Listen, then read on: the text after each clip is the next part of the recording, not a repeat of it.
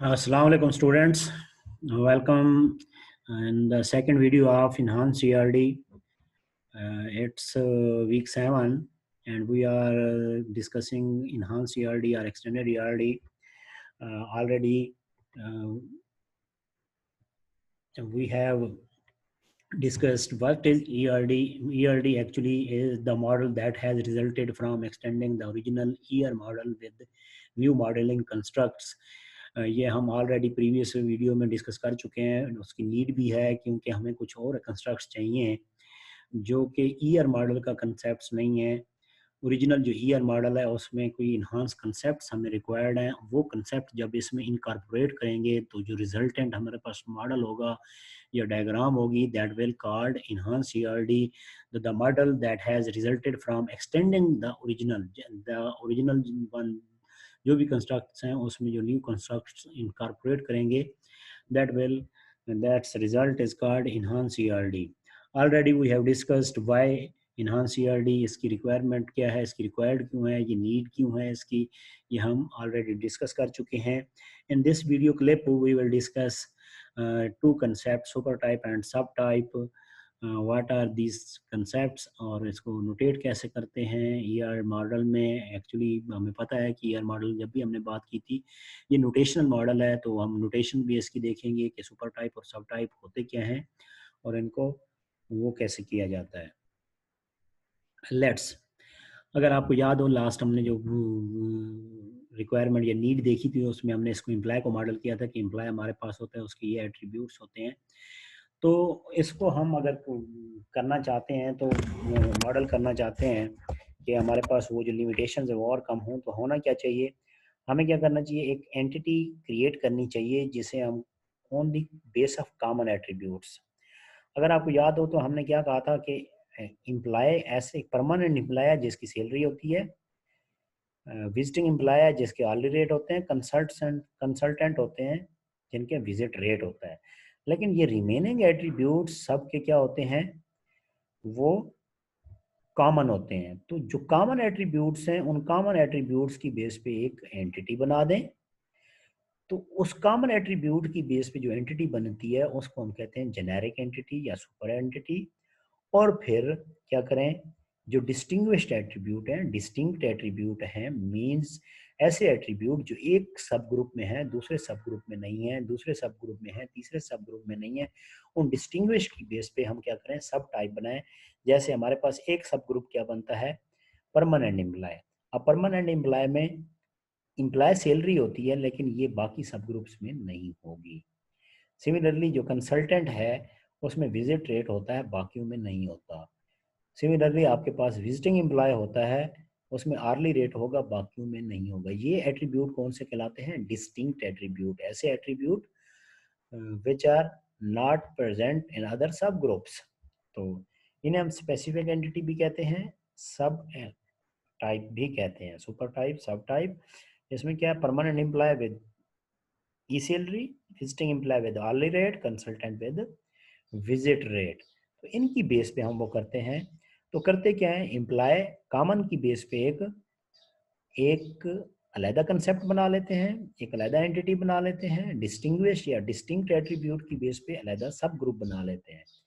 Just like this one, क्या किया, common attributes जो सब में थे, परमानेंट में भी थे, क्या कहते हैं आपके विजिटिंग एम्प्लॉय में भी थे, कंसल्टेंट्स में भी थे। कॉमन एट्रीब्यूट की बेस पे हमने एक कंसेप्ट बनाया जिसे हम एम्प्लॉय कह रहे हैं। उसके बाद एक सब ग्रुप बनाया डिस्टिंक्टिव जिसका विजिटिंग रेट था, उसको हमने कंसल्टेंट कह रहे हैं।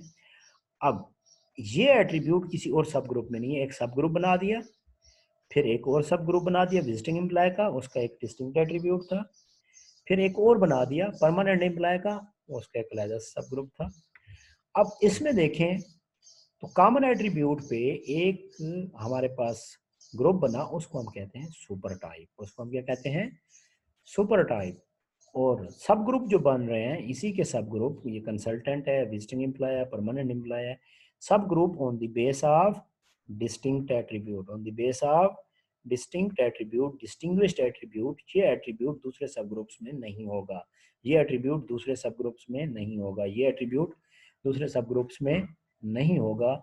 तो ऐसी सिचुएशन में हम क्या बनाते हैं, सब ग्रुप बनाते हैं। इन सब ग्रुप को कहा जाता है सब टाइप्स। क्या कहा जाता है, सब टाइप्स।